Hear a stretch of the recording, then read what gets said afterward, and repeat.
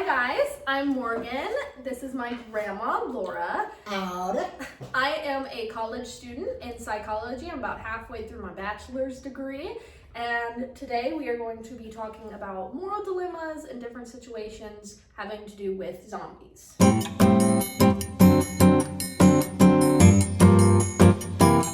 So we're going And other scary things. And other scary things. Zombies is just kind of the thing. Vampires. Yeah, sure. Anything that you can think of that is terrifying, where we don't have power, lights, we're on our own, this would be it. Any natural disasters or anything like that.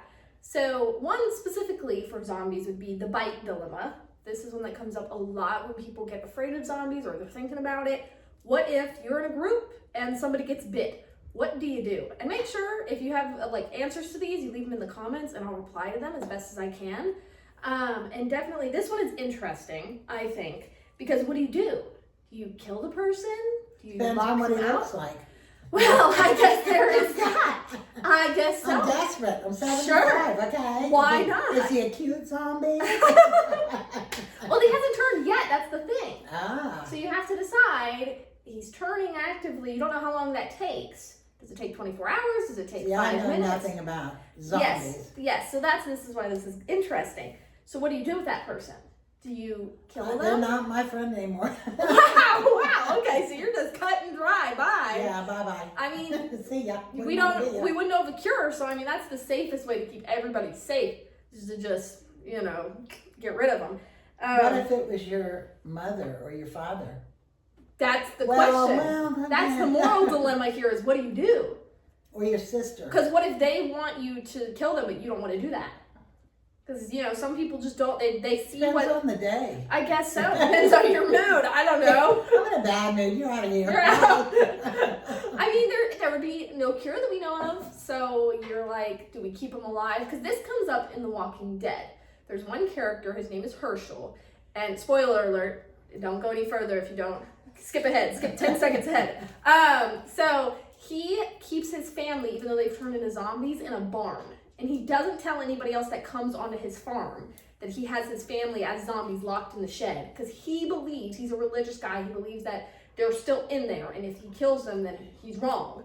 But the people that come, which ends up being Rick, the main character, he's like, no, they're a danger to us all. We need to wipe them all out. This is not good. Because there was like 30 people in the shed out back. Because Herschel just couldn't let them. It was like a barn. Now, do you have to feed them? No, because they don't have any of their systems. It's like the disease just completely takes over and all they have, which I don't know why they want to kill. I don't really know that far ahead. Like, why do the zombies feel enticed to kill and eat the brains? That is totally gone out of the water. That's just gone for horror, obviously, purposes. But, it's definitely a dilemma of, do you take them out, put them at peace, which could also be brought back to real fear of death. Are you really hurting these people? Like when you watch a doctor's show, or if you have a family member who's dying, older and dying, do you pull the plug? I'm still here, by the way. Yeah, she's still here. do you pull the plug, or do you leave them be? That's also the same kind of thing. Yeah, in my life, being a hairdresser for a long time, I had people that their family members asked them to help them die because they had cancer, and it's so sad and that family member is just haunted with guilt because they don't want to kill their father. Obviously, they don't want to have suicide. It's a social issue, definitely. And that's why, just talking about the zombies, you can see it just from this conversation that it has manifested into the zombies, but it comes from something different, which is death. It definitely roots from people being afraid of death, hurting other people, things like that, which are all totally valid. I would be afraid of that too, honestly. But our next one is the knock at night. So if somebody knocks on the door, you're asleep during whatever, do you let those people in? Do you help them, or do you keep yourself and your people safe if you have people or whatever? Do you trust random people? Do you want to help them or not? Now, you're talking about if we were in a huge, you're talking about neighbors. Yeah, anybody. If they're coming through the neighborhood looking for some help or something like that. Yeah, you would want to help them, I would think, if you had something to share with them. but you also know the world's in a dangerous state. Yes. So Do you trust people? That's the question. Because people right now, emotions are high, fears are high in any situation where power's out, there's nothing going on, you don't have phones, communication. Do you trust these people? You know? yeah, this is a scary time we live in with, fears. The social media has made fears worse. Yes. I think it has its place. Heck, here we are on YouTube. These are our first videos. Yeah. And we want to try to help people. Morgan's. Yeah. And that's why we're talking about this stuff. Right. It raises questions that you have to think about. Nobody really knows what they're going to do in an emergency. No, you won't know until you're in it. No. You won't know. And you don't know if somebody tries to even rob you what you're going to do. No, you could have a totally different reaction than what you thought you would have. Yeah, you would think, oh, our man can't. No. Yeah. I had a guy one time, it was a long time ago, and I was unloading my cart, a grocery cart outside, and this guy came up and he just picked up my purse. And immediately I snatched it from him. I'm like, you don't touch my purse. And he goes, oh, I work for the store. He had no identification, no nothing on. But I saw that, boy, I was ready to push back. Yeah. You better give me that purse right now. Fight or flight. Now, would I do that these days being older? I don't know. Probably. I still got some kick in me. Right. But it's hard to know until you're put into it. Yep. Because it's your body responding. You can have it all planned out up here, but your body is going to have a totally different reaction. People just move without even thinking about it. People run. There's all different kinds of scenarios. You won't know until you're in it. What do they teach you in class? Well, you have a nervous system, obviously, and you have different types of systems. You have your parasympathetic, and then you have your sympathetic nervous system. Each one is wired to do something different, especially in the face of fear. Obviously, that's where fight or flight comes in. That comes from your parasympathetic, sympathetic nervous system. That breaks down. And it's very interesting. We do talk a little bit about it, not in my zombie class that I'm taking. We haven't really touched on it yet, but I believe we will soon. There's multiple ways it could go in your body, because your body is going to take over first. Then logic will kick in, because you have all those chemicals when you're afraid running through you that logically you're not thinking. Unless you've been in the situation numerous times, which would be kind of weird depending on the scenario, then you're really not going to know how you're going to react, because your body has so many things going on, so many chemicals running through it, that adrenaline just pulsing through your veins. You don't really know until you're in the scenario because of your body, not even your mind. You could be 100% sure what your mind's thinking. Your body could do something totally out of character for you because you are afraid. And that's with anything in life. Yeah, I know. It's interesting how everybody's wired a little bit different. Everybody's wired differently. And I can remember a time where you were in a situation and you walked out on a street in the middle Yep. at 2 o'clock in the morning, and I was having a fit. I'm like, get in a car somewhere and just lock the car door until somebody can come get you. But you don't even think about that. You're not thinking about that. Because you're so afraid. upset over the situation. You just want to go. Some people just want to run. I'm a runner. I just want to run. I want to get away. I want to hide. I don't want to be in the situation anymore. From experience. Now, again, a different experience could change that. I could be a fighter. I really don't think I would, but You should break a nail, so I don't think so. I don't think I would do that. I'm not a fighter anyways. You can kind of guess what you're going to do or what your body might do based on your past traumas or past experiences. That could give you a hint of what you might do in certain scenarios. But again, you won't really know until you're in it. I think if somebody robbed me, I don't know what I would do. I don't know how I would react in that situation, because it's something I've never experienced. So I don't have any foot in that door, you know? But you do have fears of people breaking in. I do. I have bad fears of people breaking into the houses, and like people already in the house or around the house. Oh, yeah, that freaks me out, keeps me up at night. And so I have like plans of what I would do, but I don't know if I would do that, or would I just run?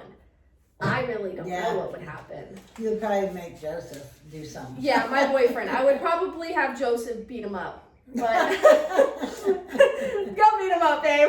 That's what I would do. But what if they have a gun? then I'd say we run. Yeah. We hide or we fight back. I mean, that's what we're taught is run, fight, hide. Those are the three things you can do if something were to ever happen like that. You either run if you have the opportunity, you hide, get away, hide, be very quiet, or you fight. But you only fight if you have the direct opportunity to do so because you don't want to put your life in danger for no reason. Yeah, Right? and her school she goes to, they just had A shooting, yeah. And I work at a place where we have to do security, so I learned about the run, fight, hide long before the situation happened at my school.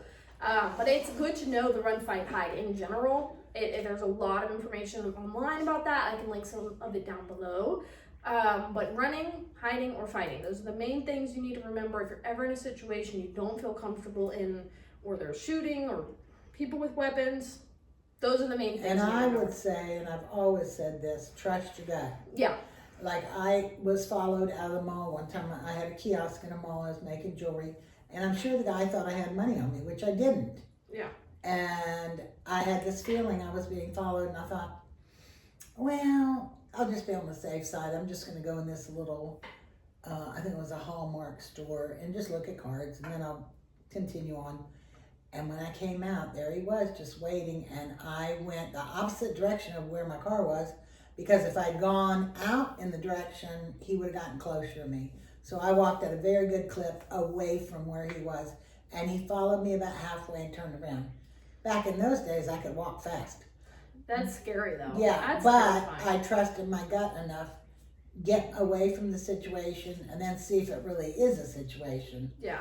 And so I always say we all have that thing that makes the hair on the back of our neck stand up, or in our gut itself where, something's going on in your brain and you're like, what is that? Yeah, And- always listen to your body. Excuse me. Your body knows. Cough you. So, yeah, thank you. Yeah, you're welcome. You're We're welcome. both having our Chick-fil-A things. Yeah, we love Chick-fil-A here. Okay, so the next one, we'll just do a random one. Let's see. Splitting up. This is another really good one to know about for safety on the same topic. Do you split up with your group or do you stay with them? Especially if you are, let's say, you're going to the grocery store during an apocalypse because you need to see if they have food. Do you split up in the grocery store even though you don't know what's going on, or do you stick together?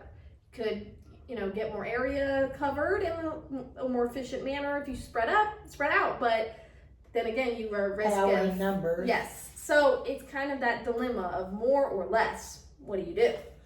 Again, it probably would depend on if you were with family, you probably would not split up with Right. them.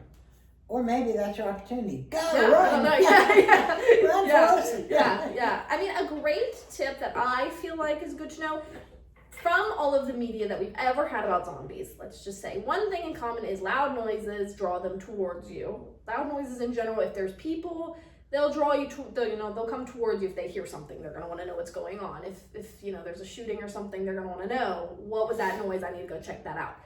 So you can always have a distraction. That's always a great thing. Throwing something in the opposite direction of you, seeing if there's anybody over there, and then you can either take care of business, get rid of them, or you can leave because now you know there are people there. And obviously staying hidden is like number one in that scenario because you don't want people to know you're there, and being extremely quiet. Yeah, 'Cause that's, that would be hard for me. Really? Yeah.